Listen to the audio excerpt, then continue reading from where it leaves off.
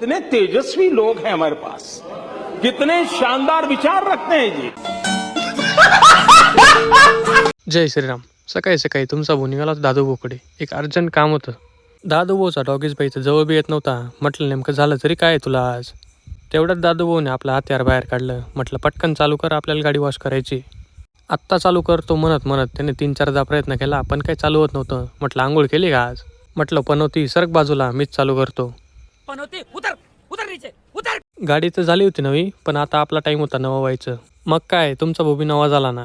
आज आपल्याला जायचं होतं मालेगावला. कारण पुढे सांगतो. जाताना हे कोणते गावं लागतात त्याच्यातच कन्फ्यूज होऊन जातो मी. हा भाऊ कोणत्या नशेत होता काही माहिती, गाडीवर झंडू बाम नाव टाकलं होतं. म्हटलं याच्या घरात कोण आहे झंडू बाम. जाऊ द्या म्हटलं, आपल्याला काय करायचं आहे. आपण पोचलो होतो आपल्या ठिकाणावर. तुमचा भाऊ आला होता आज वॉटर पार्कला. गौरव म्हणे इकडून उतरू का तिकडून उतरू. चेतन म्हणे कुठून पण उतर पाण्यात. चेतन मस्त आराम करत होता पाण्यात. तेवढ्यात त्याला बबड्या सापडून गेला. बबड्याचं काही खरं नाही म्हटलं आता. मोकार हाल केले त्याने बबड्याचे. सोड म्हटलं त्याला, नाही तर त्याचे घरचे मला विचारतील. भाऊ कुठं ऐकतो आपलं. म्हटलं आता मी तुझ्यावर उभा राहतो, बघू तू खाली जातो का नाही. फार कष्ट करून तुमचा भाऊ वरती चढला, पण काही खरं नाही. त्याच्यात बी माझ्या जावकाळ्या होऊन गेल्या. तुला बुडवणं एवढं सोपं नाही म्हटलं. तिथून बाहेर येऊन आपण निघालो होतो घराकडे.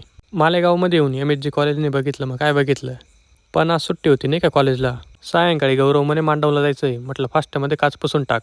गौरवकडून मग काच पुसून घेतला. मग निघालो होतो आपण मांडवला. दोघं गौरव होते आज. कोणत्या जंगलात घेऊन आलाय म्हटलं मला. नक्की मांडवालाच घेऊन जातोय का आम्हाला. कसं तरी पोचलो होतो आपण मांडवाला.